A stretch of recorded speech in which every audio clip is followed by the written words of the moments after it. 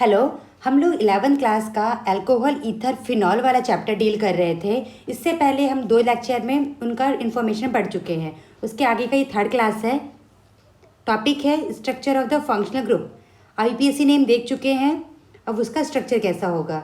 Structure में सबसे पहले जानेंगे हम लोग, कोई भी एलिमेंट है सबसे पहले लिखते हैं उसके वैलेंस इलेक्ट्रॉन। सब में ऑक्सीजन है, बीच में ऑक्सीजन के पास होते हैं 6 वैलेंस इलेक्ट्रॉन। अगर उसने 2 से बॉन्ड बना लिया, 2 अगर लोन पेयर है, सिग्मा बॉन्ड है 2, लोन पेयर है 2, समेशन होगा 4, हाइब्रिडाइजेशन sp3।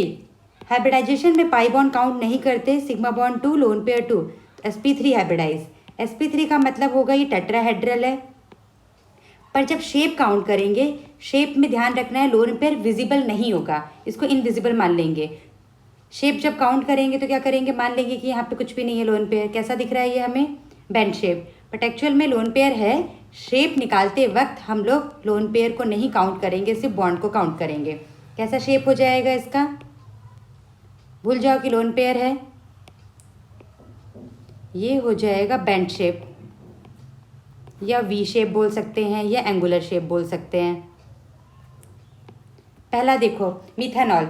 मिथेनॉल में इस H की जगह पे R ग्रुप है और R में है CH3, एक कार्बन है, तो मिथेनॉल अल्कोहल है ये। लोन पेयर में रिपल्शन होने की वजह से ये वाला बॉन्ड क्या हो जाएगा, छोटा, क्योंकि लोन पेयर को ज़्यादा स्पेस चाहिए, उनमें ज़्यादा रिपल्शन है। तो ये एंगल जो 109 एक्सपेक्ट किया था उससे कम होगा। यहाँ तक ठीक है। यहाँ पे मिथाइल की जगह अब यह वहाँ पे आके फिनाइल थोड़ा सा बड़ा है, तो एंगल रिलेटिवली बड़ा होगा। इसमें वाले में ईथर में लोन पेयर में रिपल्शन ज़्यादा होता है, तो उनको स्पेस ज़्यादा चाहिए और ये बॉन्ड एंगल हो जाता है कम।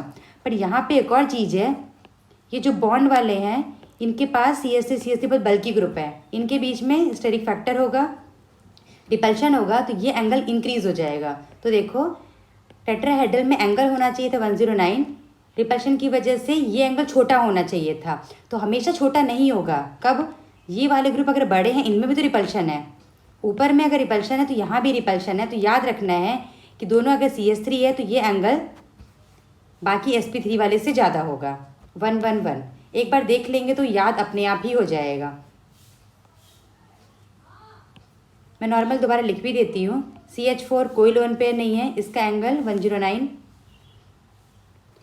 अप्रॉक्सीमेट लिख रही हूँ, पॉइंट वाला नहीं लिख रही हूँ। उसके बाद है NH3, एक lone pair, bond angle 107, H2O 2 lone pair 104। जैसे जैसे लोन पेयर इंक्रीज हुए बॉन्ड एंगल कम हुआ, बट यहाँ पे मिथाइल वाले केस में नहीं है, ये याद रखना है।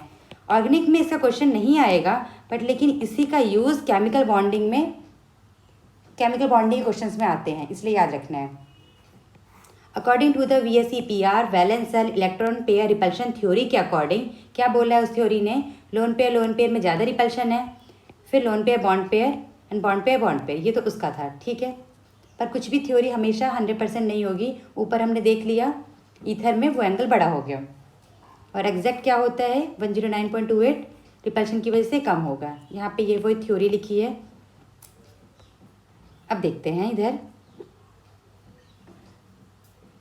फिनॉल में ये जो बॉन्ड है, सॉरी ये लोन पेयर है, लोन पेयर क्या होगा रेजोनेंस में, lone pair single double bond alternate होता है तो क्या होगा रेजोनेंस। लोन पेयर आएगा, लोन पेयर से अगर बॉन्ड बनेगा, इलेक्ट्रॉन दोनों एक ही एलिमेंट का यूज़ होगा, तो वहाँ पे आ जाएगा प्लस साइन, ये ऐसे रेजोनेंस बनेगा। रेजोनेंस से ये इलेक्ट्रॉन आया ऑर्थो पे, दोबारा आएगा पैरा पे, फिर ये घूमेगा ऑर्थो पे। तो हमें क्या दिख रहा है यहाँ पे partially double bond character. Actual में ये सिंगल यहाँ पे दिया हुआ है, बट रेजोनेंस की वजह से ये सिंगल नहीं है, यहाँ पे डबल बॉन्ड कैरेक्टर होगा। तो डबल बॉन्ड कैरेक्टर होने से अब हाइब्रिडाइजेशन निकालते हैं। हाइब्रिडाइजेशन में क्या बोला गया था, sigma bond plus lone pair. यहाँ पे 2 लोन पेयर दिख रहे हैं, बट उनमें से एक है रेजोनेंस में। सिग्मा बॉन्ड कितने हुए, 2, लोन पेयर 1, क्योंकि एक तो पार्टिसिपेट कर रहे हैं रेजोनेंस में, वो एज इट इज़ लोकलाइज नहीं है। समेशन हुआ 3, हाइब्रिडाइजेशन क्या होगा इसका, sp2 हाइब्रिडाइज। और ये बॉन्ड जो हमने एक्सपेक्ट किया था ये होगा लंबा, बट लेकिन ड्यू टू रेजोनेंस ये हो जाएगा बॉन्ड लेंथ छोटा हो जाएगा।